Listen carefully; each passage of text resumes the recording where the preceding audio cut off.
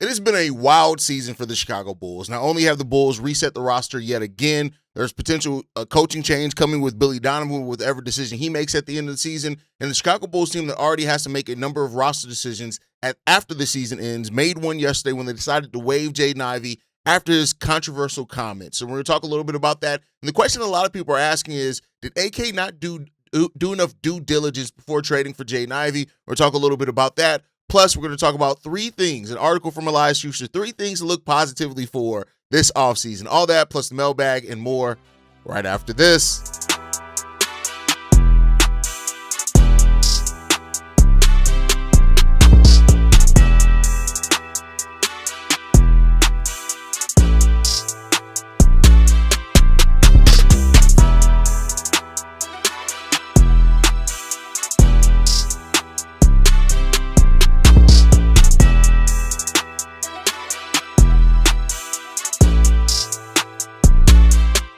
What's going on, Bulls fans? Welcome to another episode of Chicago Bulls Central, your number one spot for everything Chicago Bulls related. I'm the host there, Haize, but more importantly, you guys can follow the channel at Bulls Central Pod on every social media platform we happen to be on. With that said, let's go ahead and get into this content today, y'all. And man, first, before we get into the content though, make sure you guys hit that subscribe button. I post every single day, and I'm in a lot of people's algorithms, and they think they're subscribed, but they're not actually subscribed. Make sure you guys hit that subscribe button so you guys stay up to date with any Chicago Bulls news, anything that's going on, especially with the offseason coming up.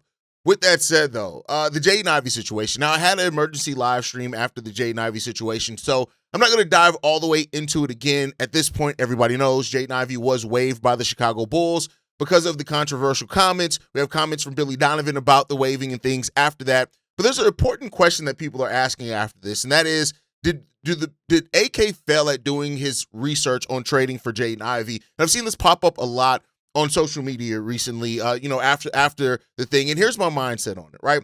The Bulls sent Kevin Huerter. It wasn't like they traded Kobe White or Ayo Dosunmu and got Jaden Ivey back. They traded Kevin Huerter for Jaden Ivey, right? And in that, they got second-round picks back and all those type of things.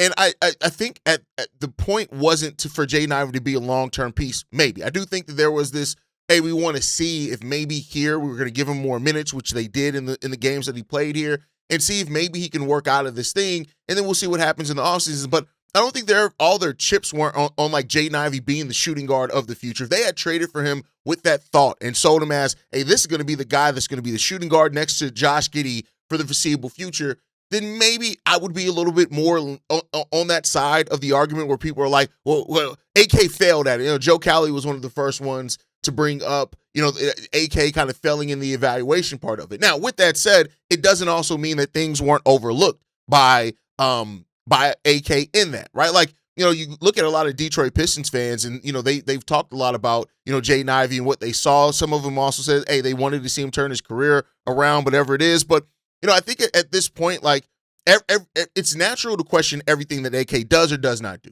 I want to be clear. Everything that AK does or does not do is right to question. It's right to criticize. It's right to call him out on, because until AK makes a series of moves that show, hey, you're moving towards competency, I can't blame anybody for doubting anything around that, right? But I think overall, like, the way I just look at the Jaden Ivey thing, like, it's not a loss at the point where that they waived him now. I know people are like, well, there's 7 more games left. They didn't have to waive him. They could have waited to the end of the season. But I think at some point you have to separate yourself from what you feel is controversy. And that's what the Chicago Bulls did in that. Whether you think it's right or wrong, again, freedom of speech does not mean freedom of consequence, which I feel like some people are missing in that. And the Bulls, as Jaden Ivey's employer and as the code of conduct states for the NBA, you make comments like that, the team has the right to move on from you. Now, there are some legitimate questions from fans and things that have been asked, like in my comments, like, well, hey, if this was Anthony Edwards, if this was even Michael Jordan back in the day, and they made these comments, well, they've gotten waived, and probably not. But the fact of the matter is that Jaden Ivey isn't even on those players' league. Like, right or wrong, and again, I'm not saying I'll let y'all have the conversation on right or wrong, but right or wrong, there's a certain level of forgiveness based on how good you are. Now, should it be that way? Should everybody be held to the same standard? That's a fair statement to make. Absolutely, right? I'm not coming at anybody who asked that question, but to act like you don't know that the role that you have within your company. And at that point, like, you're talking about players that are stars, right? There's a little bit more forgiveness. Like, yes, they still would have been punished, but there's a little bit more forgiveness and not waived. The fact of the matter is Jaden Ivey was a net negative asset at this point. An asset that, I still will say this, like, Jaden Ivey can get out the mental part of like the knee thing. He has all the tools to play basketball. Now, Jaden Ivey, since being waived, has gone back on the social media. He's talked about Steph Curry not being an actual Christian, him and LeBron, little comments made there. But he did say this in the fact that he's like, I was in the gym rehabbing today. And he said, hey, listen, ask my teammates, ask the coaches if they felt I was being a bad teammate.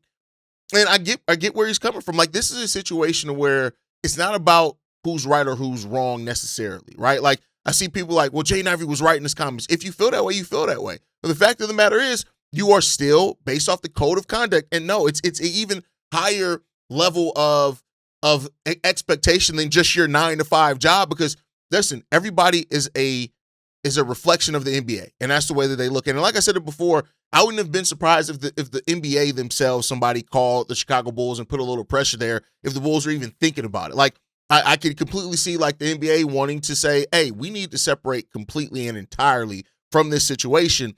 And again, it is what it is. Like, the players union, if they decide to step in, if they don't decide to step in at all and file anything on Jaden Ivey's part, I think that says a lot about how the Players Association views this situation as well. And that's just the reality of it, man. It is what it is. It's the reality of it. But, people asking what this reflects on AK, I say this, it's a shit show in Chicago regardless. So the reflection on AK is, guess what? It's shitty. It's always been shitty with AK. Everything with AK is inherently shitty, right? So, yeah, the view on this and the spin on this is shitty, because AK is a shitty GM who's done shitty jobs so far for a shitty-ass team, a shitty-ass franchise, and shitty-ass ownership. So guess what? We knee-deep in the shit is basically what we're saying. We're knee-deep in the shit, right? So that's just the reality of it. Now, Billy Donovan has made comments in regards to it. He said this: I think in this day and age, you have to be conscientious of all these guys maybe going through things. I'm not passing judgment on what Jaden is or is not going through, but I do worry about that, not only for Jaden, but for our players. Are we providing the resources, which I think we do, to help them in any way we can? I think if any player reached out and said, I need help in this, we could help them. Just inside the Bulls, we have people from all different backgrounds, and whether it's coaches from the top, it's always been, we're all going to work well together. We're going to accept each other. So, I mean, I get it. Yes, that is a very politically correct response from Billy Donovan, but it's a real one, right? And you do have to, the first step in needing help is that you have to realize and then admit that you need help. And, I've seen people ask, like, well, what are the Bulls doing to help them in this situation? And, to be fair, I don't know. But if you're taking these comments away from Billy Donovan, is that they are ready and they have the resources to help, but you need to ask for that help. And so it is what it is. Like, you can't make somebody realize that a problem may be going on. And I want to be clear, because I've seen a lot of people be like, why is it a problem? Your faith isn't the problem. It's not the problem. The way that faith is sometimes used can be problematic, if that makes sense, right? And problematic in the sense of what the standards that are asked of people.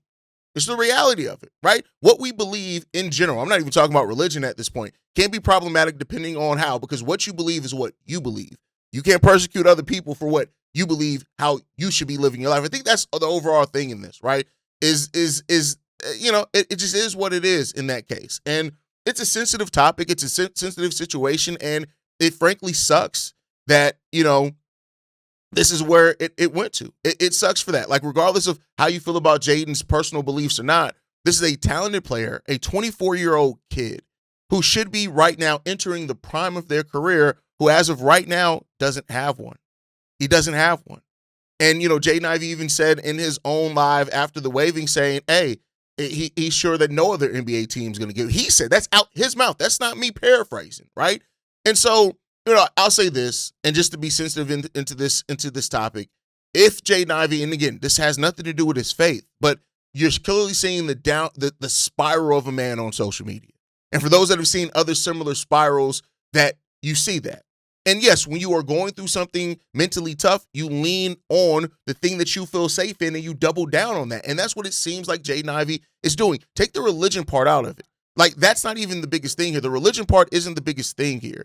It's the fact that this man's clearly going through something and he's feeling something. And I just hope that he has the resources around him. And whatever he's leaning on, I hope that it leans back on him and embraces him and helps put him in a situation where mentally he is better off. That's what I hope for Jaden Ivey. And we should all hope that for Jaden Ivey, because I want Jaden Ivey to come out on the other side of this in the place that he needs to be in. And let's hope that he can do that. But moving on from that, I figure with all the crazy stuff going on, with the reactions to this and social media and everything, it would be good to have some positivity. So we have an article from Elias Schuster here in which he talks about 3 reasons for the Chicago Bulls to look at Chicago Bulls fans to look at the bright side this offseason. So we're going to get into that list now. Okay, so I want to get into this article from Elias Schuster. He lists 3 things of optimism for this offseason. The first one being this: Matas Buzelis is legit. And this is one that I agree with, right? I know my boy Winton Mahorn, he's just weird. Like Winton puts these weird things on stuff where it's just like he just likes to be in opposition, right? But shout out to my boy Winton. But I think when you look at it, that Matas Buzelis is legit, and he is, in the sense that he's a legit NBA starter with tons of upside. And that's the reality of it, right? You can say what you want about the things that Matas Buzelis needs to work on, but the thing that I look at and I like to judge Matas Buzelis based off of is that he's made steps in the right direction, both as a shooter and as a defender this season, right?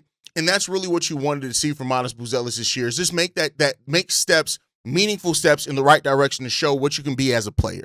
And that's what he's done this season, raising up his points per game from 8.6 last year to 16.4 this year. His shooting went from 45% to 46%, taking 12.5 shots versus basically 7 shots last season. Also his three-pointers, going from 3.3 three-pointers per game to 6.4, keeping the three-point percentage basically at 36%, right? Which is solid enough. His assists per game, up 1 assist per game, up from 1 to 2, right? His blocks per game, up to 1.5 blocks per game as well, right? Almost a steal per game also. Matas Buzelis has made the steps in the right direction.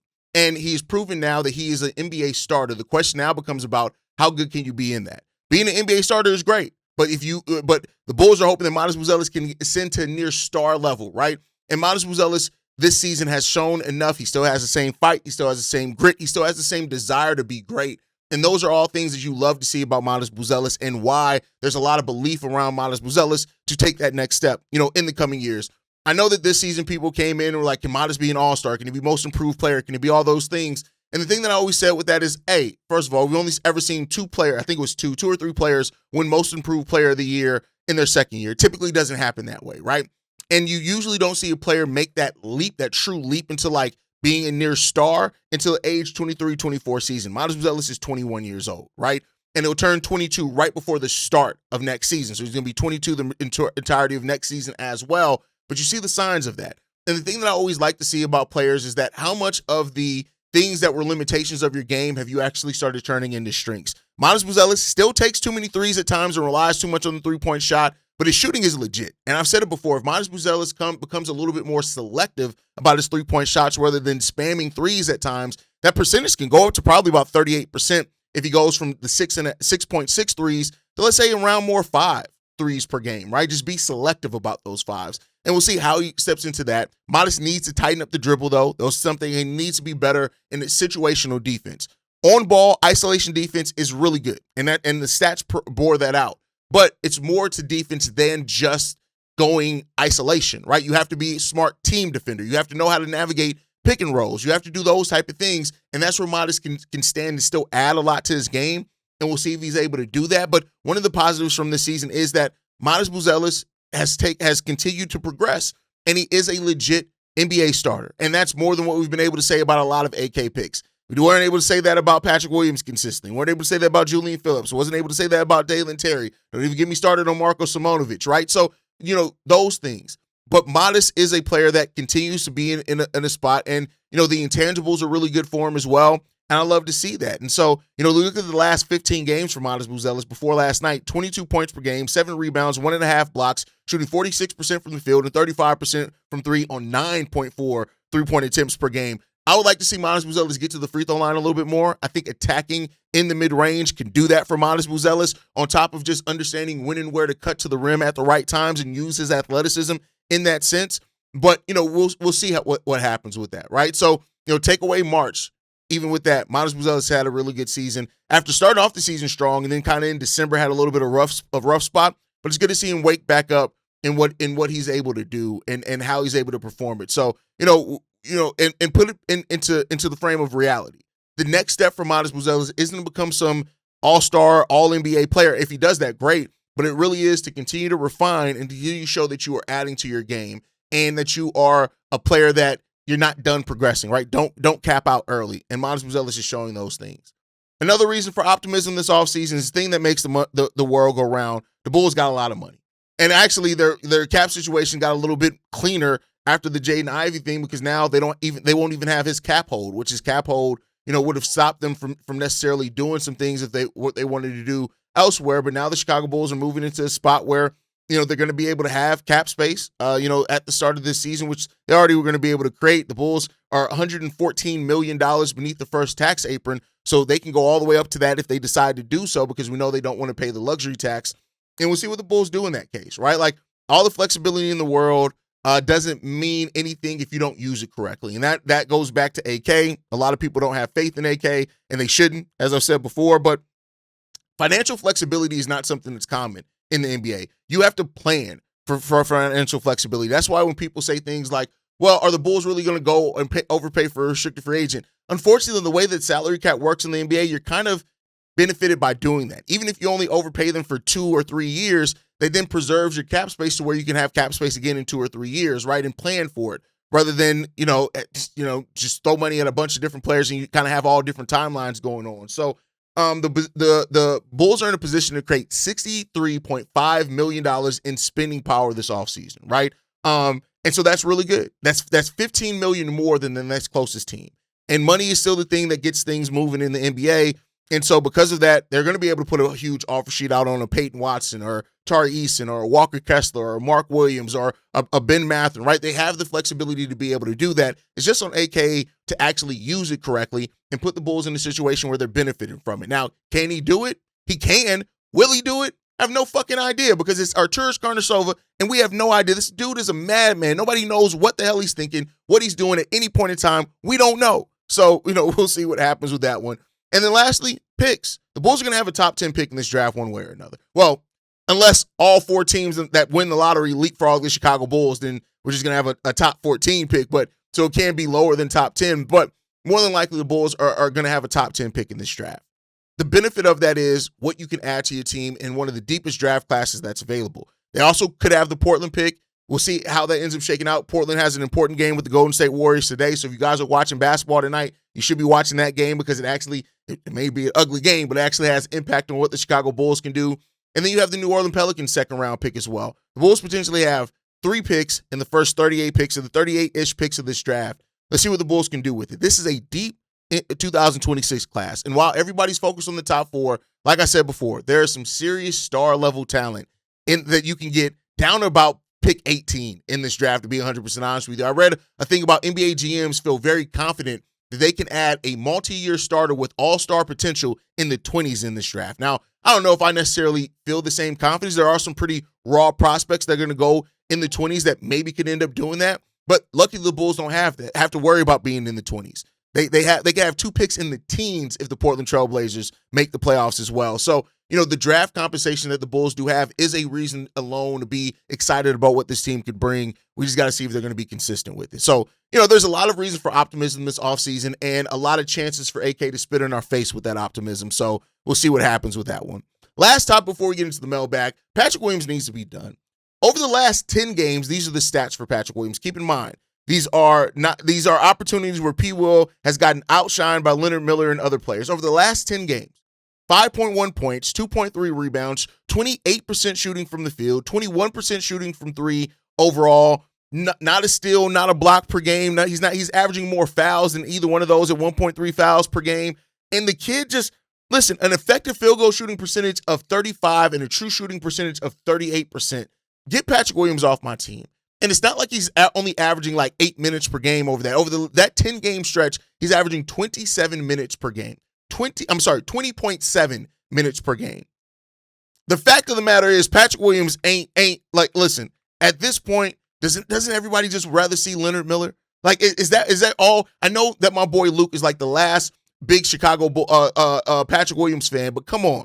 It just, you have to get it together, man. I don't know what's going to happen here. So I can't say that, but like, it's just, Patrick Williams is bad. He's a bad basketball player with bad motivation, and he doesn't give a shit. For example, over the same 10 games, Leonard Miller is averaging 25 minutes per game, 13 points, on 52% shooting from the field, 31% shooting from three. He's also averaging a steal per game as well, a half a block per game. He's averaging 2.4 fouls per game as well. But come on, man. Like, the 52.9% from the field, like, keep investing. Leonard Miller is everything we hope Patrick Williams could be. And that's after the fall of Patrick Williams, right? When people were like, hey, put him on the bench, at least he can provide something. Leonard Miller's at least doing that. We got to see if he can do it at the start of a season, but come on, man. The P-Will experiment needs to be done. And I think everybody kind of agrees on that. But before we get out of here, we got one voicemail from Corn that I want to play. I did not want to sit on this. Let's go ahead and play this voicemail from Corn. What's the good word, King Drip? It's your brother Corn. Let's get right into it. Jay Ivey. Mental health is a real thing.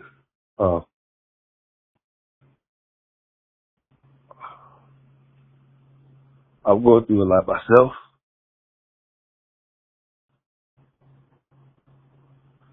Family, relationships, job, you name it. So talk to somebody, you know, and reach out. Reach out. So it's been a while because, again, been going through a lot of shit mentally, but I'm going to get through it. I have no choice but to, right?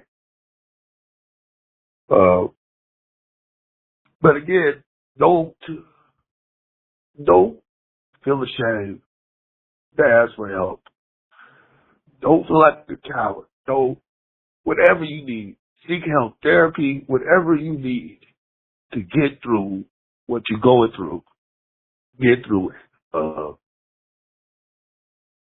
Because we all going through something at the end of the day, right?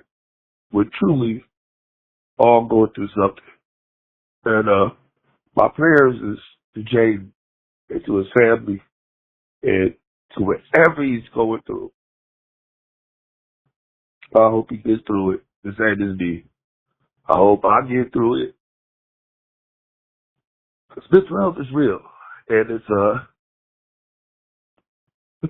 like I said, I haven't called in a minute because, but seeing this episode, Jaden Ivey is triggering. I feel like I just had to call in to tell everybody, call somebody, man. Check on ones, man.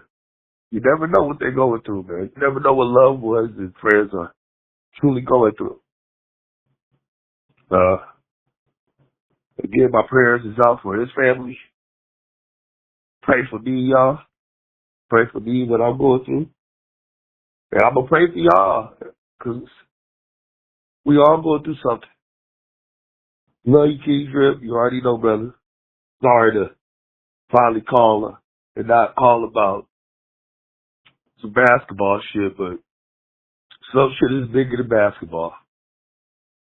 Some shit is bigger than basketball. All right, King Drip. Love you, bro. Peace. First, prayers up to you, brother. And I will be calling you sometime today, so be looking out for that phone call. I will be calling and reaching out to you because I got to check on you. Like, I just want to say that because I hear the pain in your voice. I don't know what's going on, but I will be calling to check on you. That's outside of basketball, right? Now, as you said, stuff is bigger than basketball. And the Jaden Ivey stuff, regardless of how you feel about his comments or not, if he needs help, I hope he gets help. And that's really the reality of it. It's 20, like I said in the opening, 24-year-old kid who should be at the twilight, like not at the twilight, but at the peak of his career right now. Going into his physical prime, just, signing a big contract. But unfortunately, like, it's all taken away. Like, Jaden Ivey was expected last year at the start of the season. If he would have kept playing that way and then stayed healthy through this season, we're talking about somebody who would have got a $30, $35 million deal easy this offseason. And unfortunately, now we're talking about, rather than that, we're talking about, is he even going to have a career? And that's unfortunate. So if Jaden Ivey is going through things, and if any of you guys are going through things, please reach out, get some help, reach out to people that care about you, and take care of that, because you're valuable. Everybody is. And so that's the message to leave today on, man. We're going to go ahead and wrap up today's show. I appreciate everybody for tuning in. You guys already know you guys are the lifeblood of this channel. Some things are bigger than basketball. It's just the reality of it, right? I want to hear from you guys how you feel about the Bulls handle the Ivey situation. What do you think this says about AK and how he should be held accountable for it moving forward as well? Let me know what you guys think on that down below. Make sure you guys like the video, subscribe to the channel as well, hit that notification bell so you never miss an episode. As always, you guys can follow us at Bull Central Pod on every social media platform. You send us any feedback, questions, comments, concerns, bullcentralpod@gmail.com. And lastly, if you want to leave a text message and our voicemail for the mailbag, the number to do so, 773-270-2799. We're the #1 spot for everything Chicago Bulls related, but that is thanks to you, lovely and beautiful people. And like I like to end every episode on, go Bulls. Love you guys. See you right if you can, y'all. Peace. This has been a presentation of the Breaks Media.